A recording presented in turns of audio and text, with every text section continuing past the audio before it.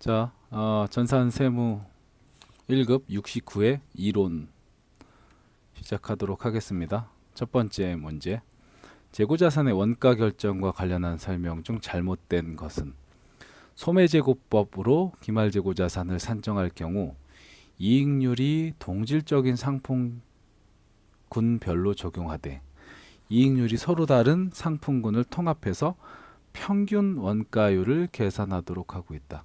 자, 이익률이 서로 다른 상품군은 통합해서 평균 원가율을 계산한다. 요거는 말도 안 되는 오답입니다. 우선 간단하게 소매제고법 또는 매출가격 환원법이라고 부르는 재고자산 평가 방법. 소매제고법은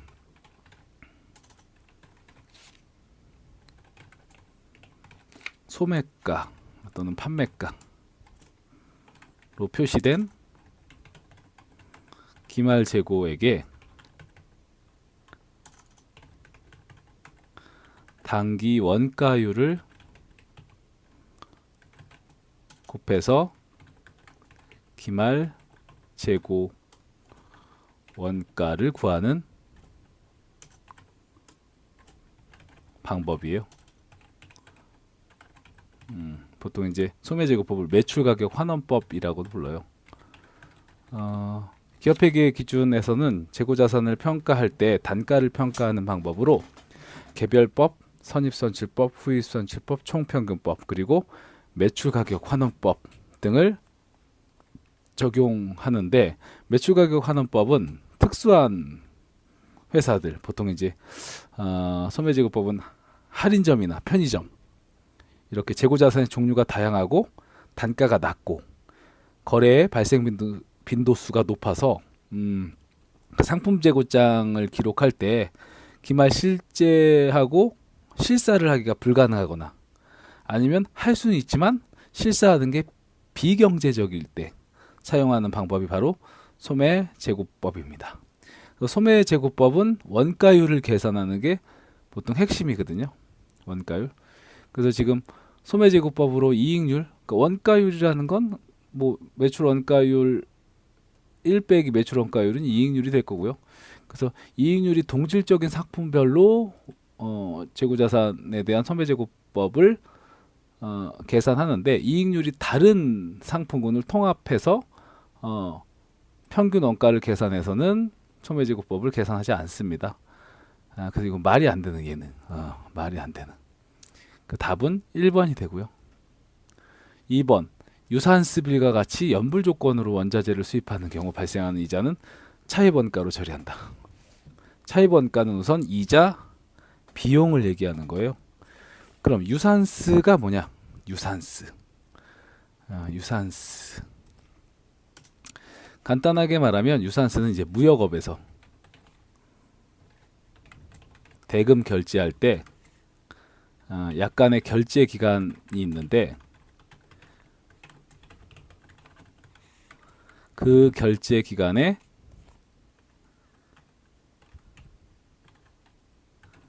호칭? 그냥 그 결제 기간? 그 결제 기간을 유산스라고 불러요. 그래서 유산스, 이때 발생하는 유산스 이자는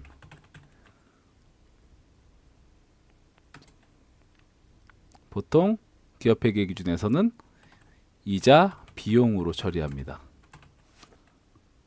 그래서 여기 보면 유산스빌과 같이 연불 조건, 연불이라는 건 지불을 연기하는 조건이죠. 그래서 지불을 연기하는 조건으로 원자재를 수입하는 경우 발생하는 이자는 차입원가로 처리한다. 즉 이자 비용으로 처리한다라는 얘기예요. 2번은 맞는 얘기고요. 이건 좀 어렵죠. 1번하고 2번은 잘 모르는 얘기. 그죠?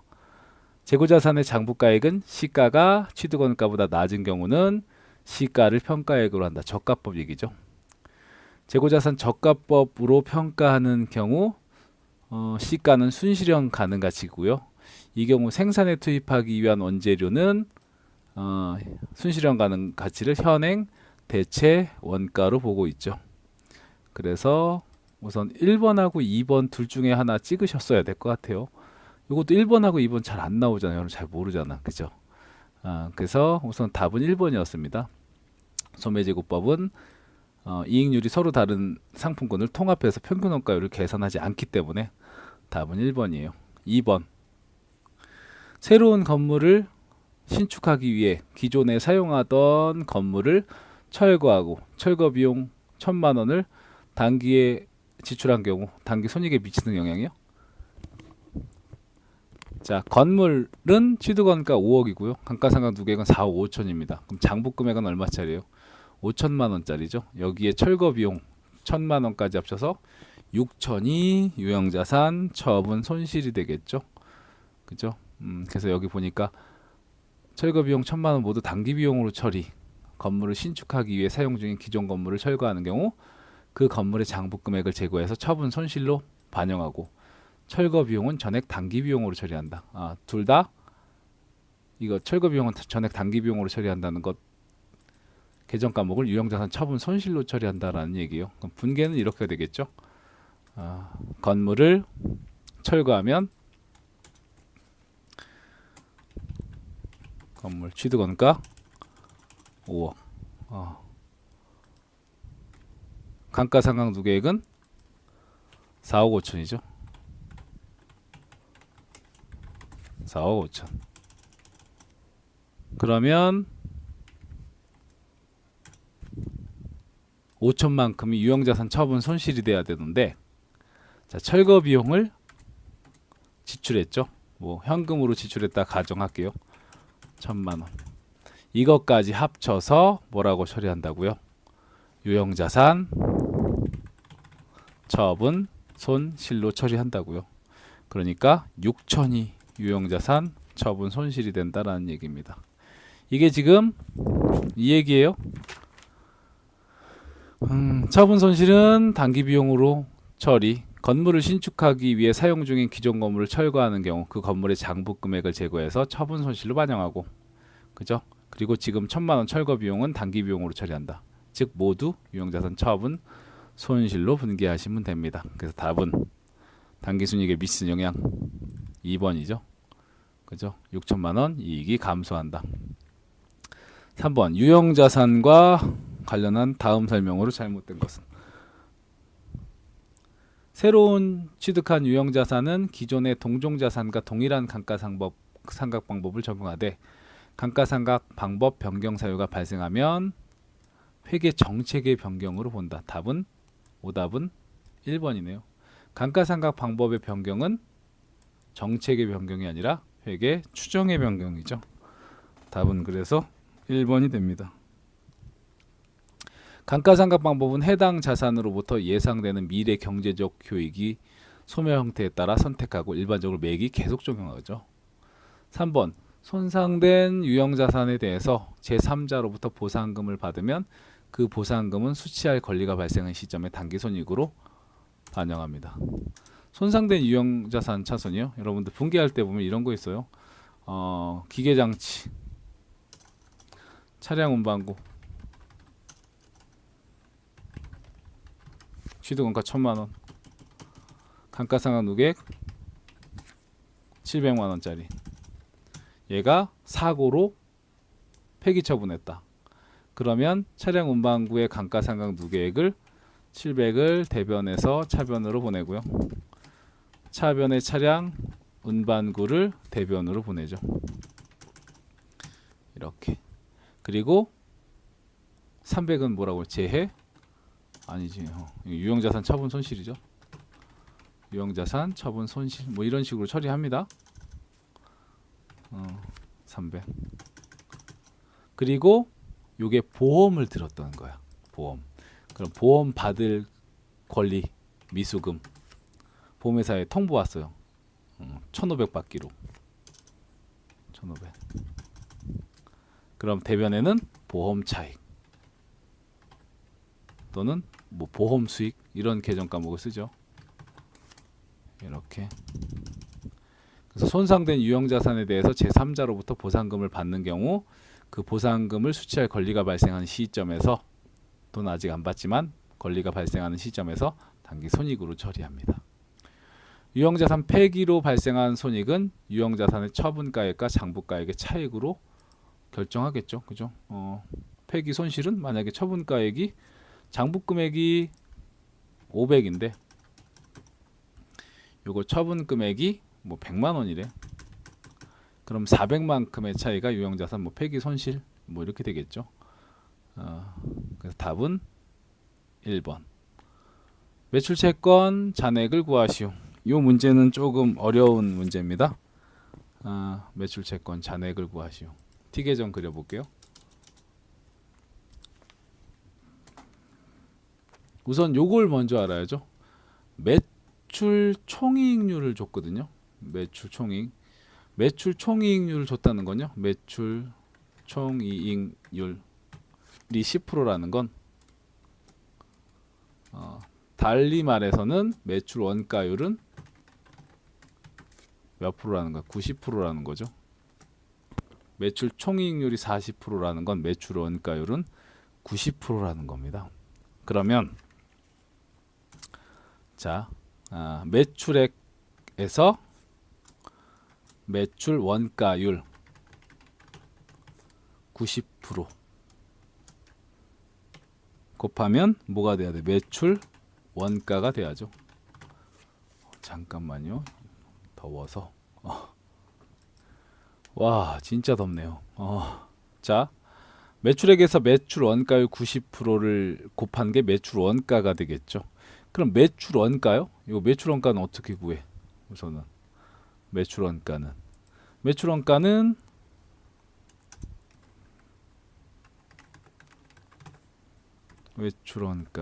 기초 재고에서 6만 원 플러스 단기 매입액을 더해서 58만 원. 기말 재고를 빼죠. 기말 재고는 10만 원이죠. 그럼 매출 원가는 얼마가 되는 거? 54만 원이 되네요. 그럼 매출 원가가 54만 원이야. 54만 원. 자, 매출액 곱하기 매출 원가율 90%가 매출 원가 54만 원이야. 그럼 매출액은 얼마가 되는 거예요? 매출액은 매출 원가율 54만 원을 매출 원가로 나누면 되죠. 0.9로 나누면 매출액이 나오겠네요. 그러면 계산기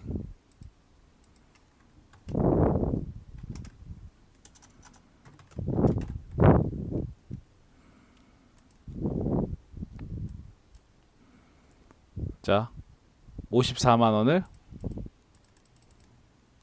나누기 0.9 하면 60만 원.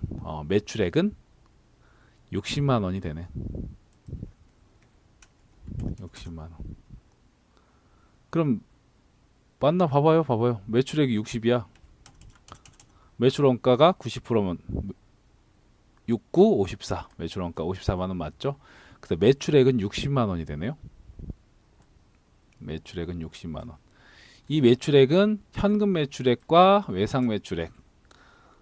이 매출액 안에는 현금 매출액과 외상 매출액이 있겠죠. 매출액 60만 원은 자, 현금 매출액 여기 얼마라고 돼 있어요? 30 판매한 거. 현금 판매 30만 원. 그럼 외상 판매는 얼마가 되는 거예요? 30이 되겠죠. 그죠? 그럼 외상 판매액, 외상 매출액은 30이 됩니다. 외상 매출액은 30이 돼요.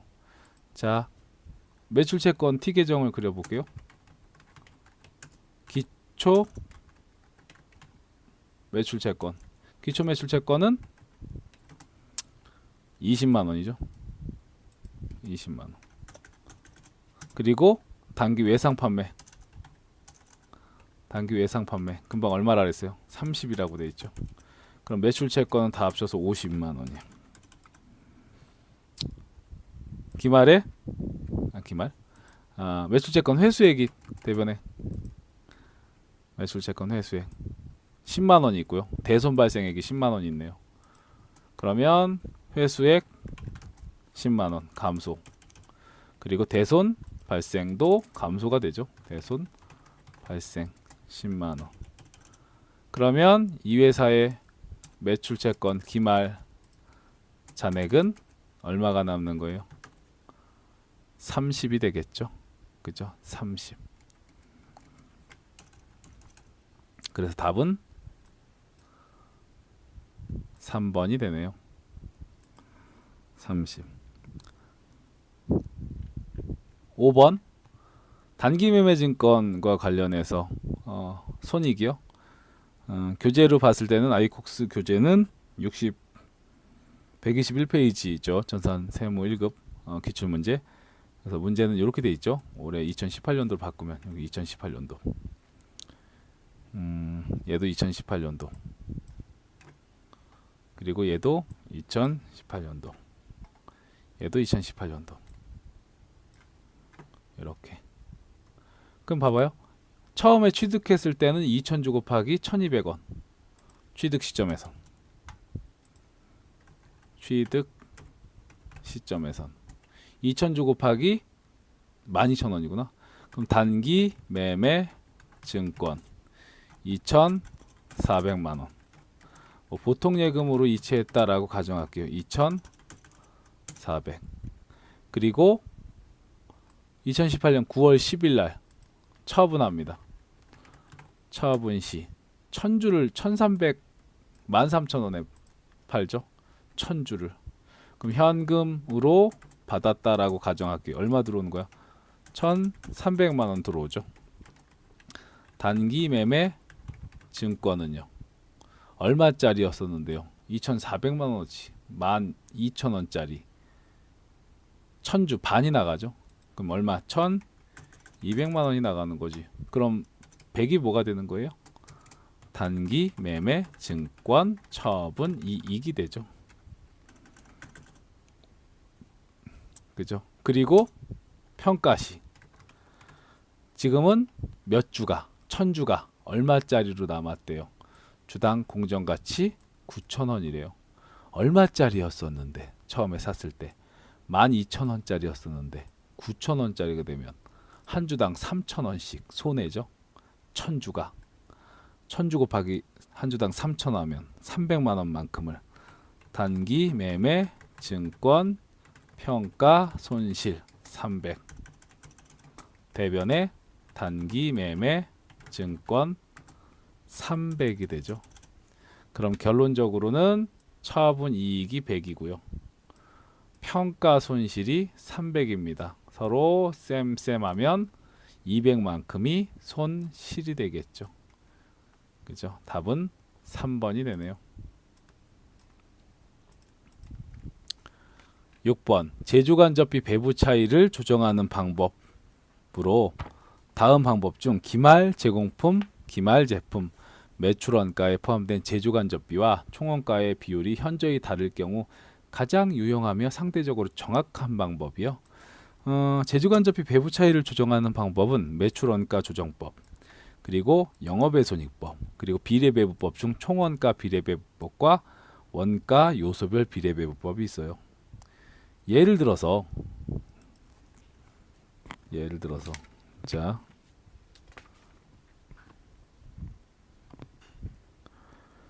금액을 어떻게 해줘야 되나?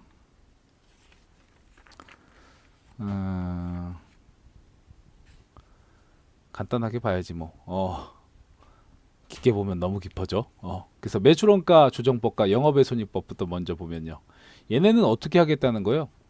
우선은 제조간접비 배부 차이라는 건 예정 때 배부액이 100이라고 가정했을 때 실제 배부액이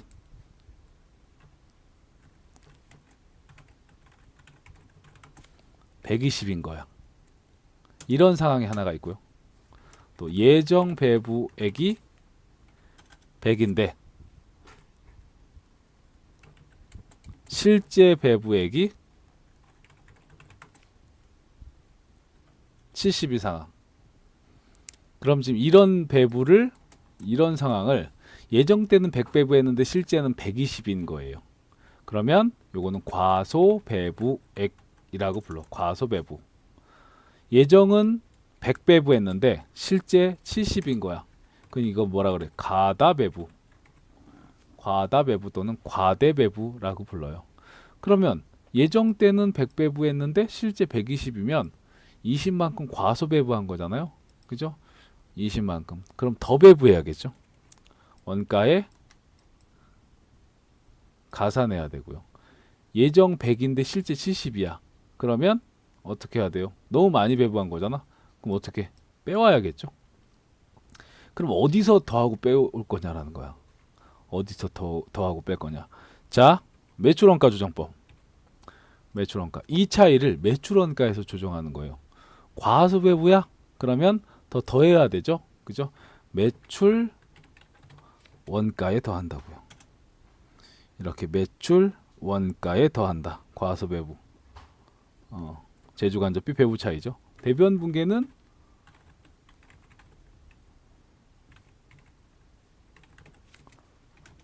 보실 필요 없고요. 자, 매출 원가에 더한다는 거야. 매출 원가. 이게 매출 원가 조정법이야. 그럼 영업의 손익법은요. 뭐라고 처리한다고? 영업 외 비용으로 처리한다고. 영업 외 비용으로 처리한다고요. 대변은 보실 거 없어요. 영업의 비용으로 처리한다라는 거예요. 그러면 비례배부법은 이 배부 차이를 개정, 기말제공품, 기말제품, 매출원가, 이 총원가의 비율대로 제조간접비를 배부하겠다는 거예요. 그게 비례배부법. 그래서 뭐 제공품에 일부 들어가겠죠. 그리고 제품에도 일부 들어가고 매출원가에도 일부 들어가겠다는 겁니다. 이걸 총원가 기준으로 비례 배부한다는 게 기말제공품, 기말제품, 매출원가, 즉 여기에 보면 기말제공품에도 직접재료비, 직접노무비, 제조간접비가 있고요. 기말제품에도 직접재료비, 직접노무비, 제조간접비가 있고요. 매출원가에도 직접재료비, 직접노무비, 제조간접비가 있을 거예요. 그래서 이 총원가 금액대로 배부를 하겠다라는 거야. 배부 차이를. 이게 총원가 비례배부법. 원가 요소별 비례배부법은 이 안에 제조간접비가 있어요. 이 안에 제조간접비 비율만큼을 가지고 제조간접비를 배부하겠다는 거야. 지금 이 문제가 그거죠. 제조간접비 배부 차이를 처리하는 다음 방법 중 기말제공품, 기말제품 매출원가에 포함된 제조간접비와 총원가의 비율이 현저히 다를 경우 가장 유용하며 상대적으로 정확한 방법은 이 제공품, 제품, 매출원가의 제조간접비 비율을 가지고 원가를 배분하는 방법. 요걸 원가 요소별 비례배부법이라고 한다라는 겁니다.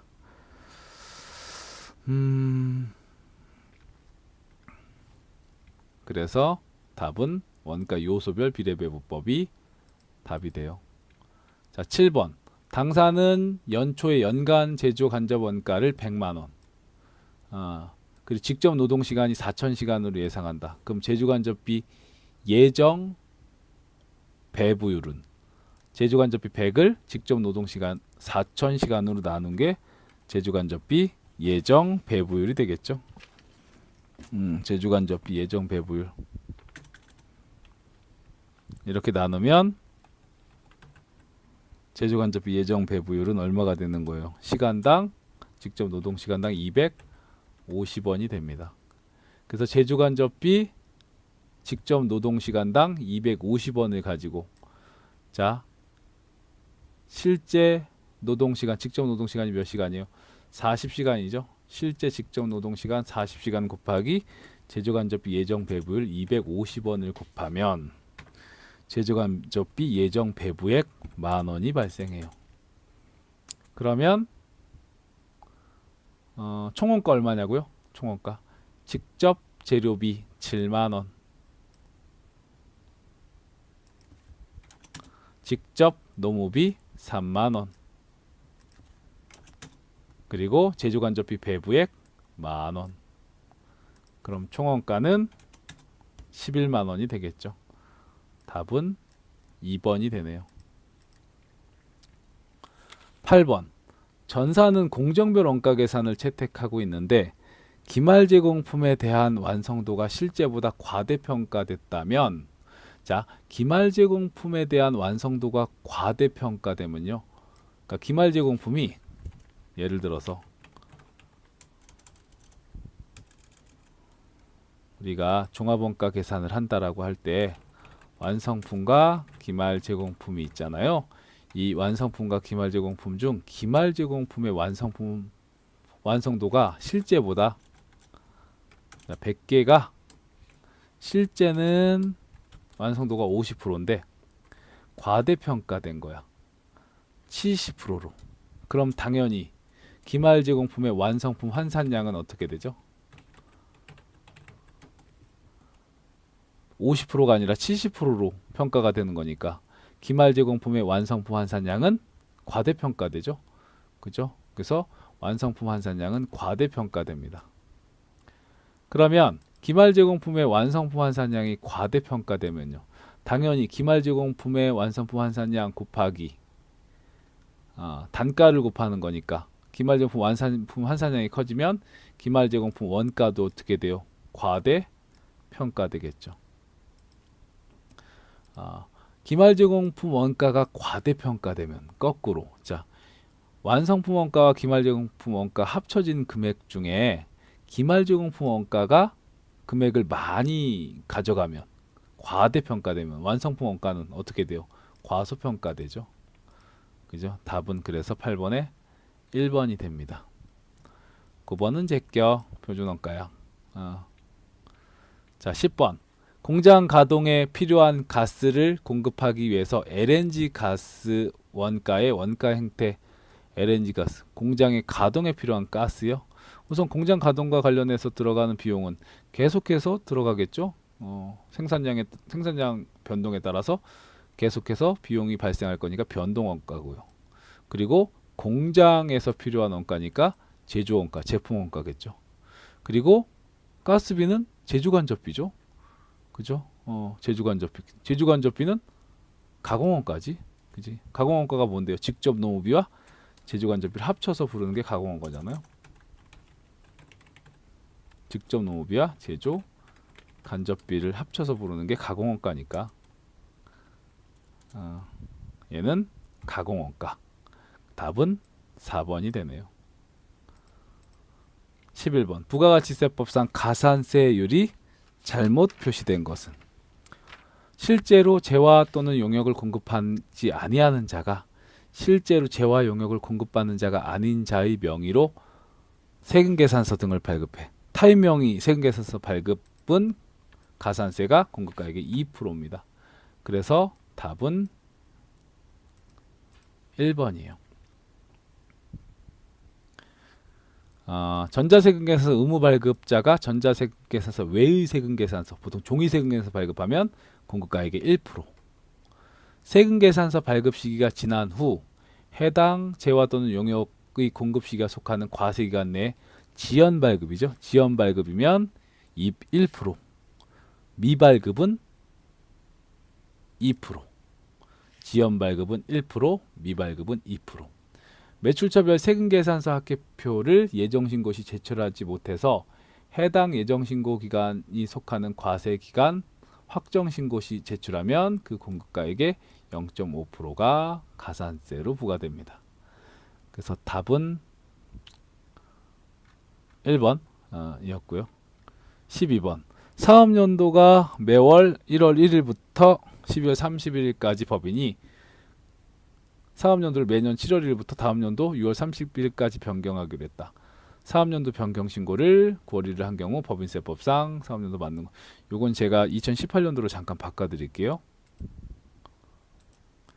자, 사업연도가 매년 1월 1일부터 12월 31일까지 법인이 사업연도를 매년 7월 1일부터 다음 연도 6월 30일까지로 변경하기로 하고 사업연도 변경 신고를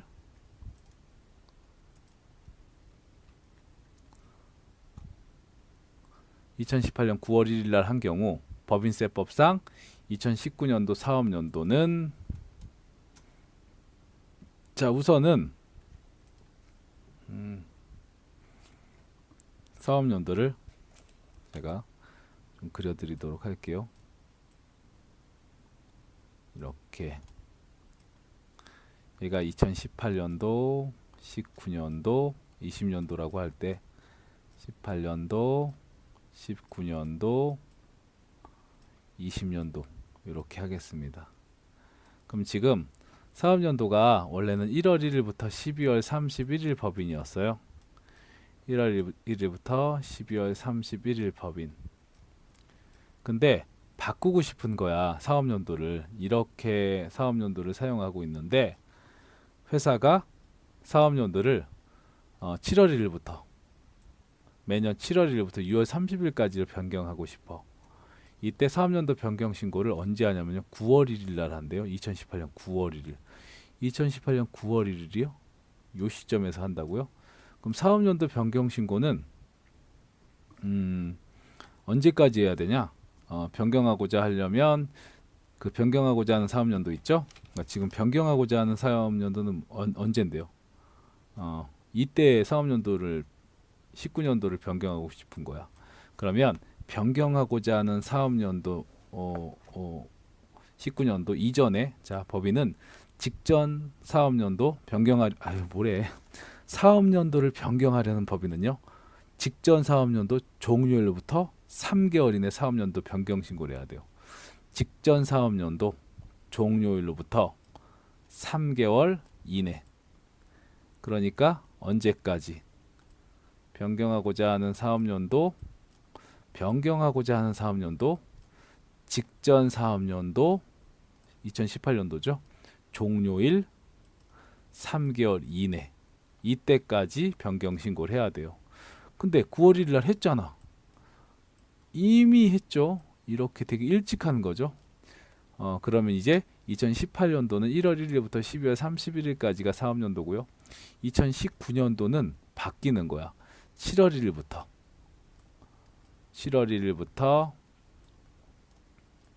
2020년 6월 30일까지가 한 사업연도가 된다고요. 여기가 한 사업연도야. 이게 1사업연도야.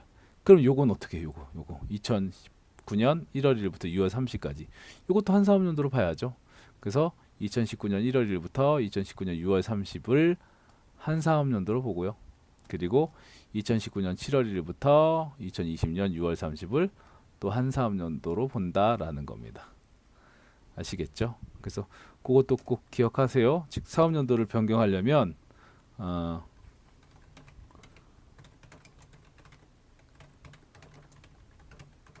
직전 사업연도 종료일로부터 3개월 이내 사업연도 변경 신고를 해야 돼요.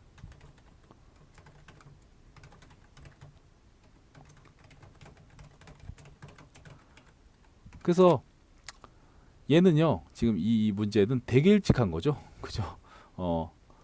되게 일찍 한 거지. 그러니까 변경하고자 하는 사업연도가 이 사업연도인데 직전 사업연도 종료일 3개월 이내 하시면 되는데 언제 했다고? 이때 9월 1일 날 했다고요. 일찍 한 것도 3개월 이내 한 거죠. 그죠?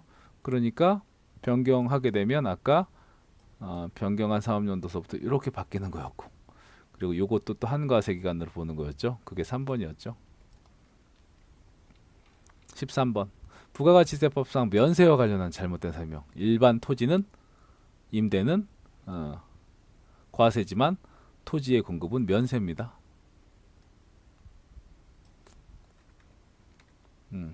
면세 제화가 영세율 적용 대상이 되는 경우는 면세 포기할 수 있죠. 그죠? 면세 제화가 영세율 적용 대상이 되는 경우에는 면세 포기를 통해서 영세율 적용받을 수 있습니다. 면세되는 교육 용역 제공 시 필요한 실습 자재를 제공하고 그 대가를 별도로 받은 때에는 같이 면세된다. 주된 거래가 면세이기 때문에요. 주된 거래가 면세야.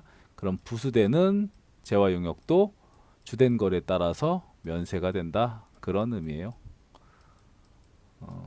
면세를 포기할 수 있죠. 면세 포기하면 3년 동안은 다시 과세로 돌아올 수가 없죠. 아니 죄송합니다. 면세를 포기하면 3년 동안은 계속해서 과세가 되는 거죠. 그죠? 근데 다시 자동 면세가 되지 않아요. 계속해서 면세로 있는 겁니다. 면세 포기한 후에 3년이 경과하면 별도의 신청 없이 자동 면세 적용이 된다라는 게 오답이죠. 보통 면세 포기는 아무나 못하죠. 그죠? 영세율을 적용받거나 아니면 뭐 학술 용역 뭐 이런 단체들만 면세를 포기할 수 있죠. 그래서 면세를 포기하면 과세가 된다는 거죠. 그죠? 면세를 포기하면 과세가 된다는 거. 그래서 면세 포기하고 나면 별도의 신청이 없으면 계속해서 그 사업은 과세가 된다라는 거야.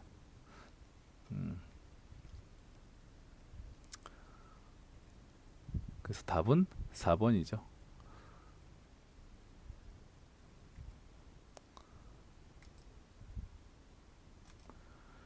와우, 너무 덥네요. 자, 소득세법상 생계를 같이 하는 부양가족 중 기본공제 대상자에 해당하는 자녀.